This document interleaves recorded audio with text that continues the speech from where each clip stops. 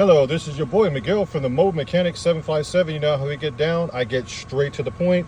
Working with the '05 Honda Civic. Customer initial complaint, battery was completely dead. We changed the battery. Upon additional diagnostic, her brake lights were stuck on. So that makes sense why the battery completely died.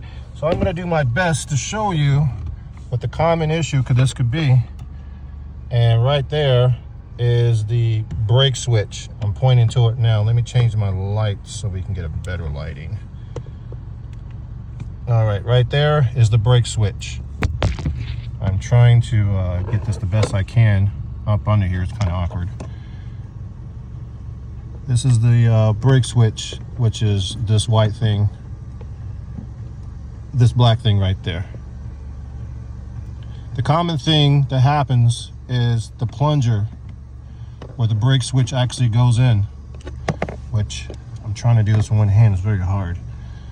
Pointing right there, there's a big hole right there. So the plunger itself from the brake switch has nothing to push itself in, so the brake switch is literally staying on. So my finger is pointing right here to it. There's the brake switch plunger, in and out. I unplugged it, but it needs a plunger from the brake switch. So basically, when she's hitting her brake, the switch has nothing to push itself back in to connect that connect that circuit.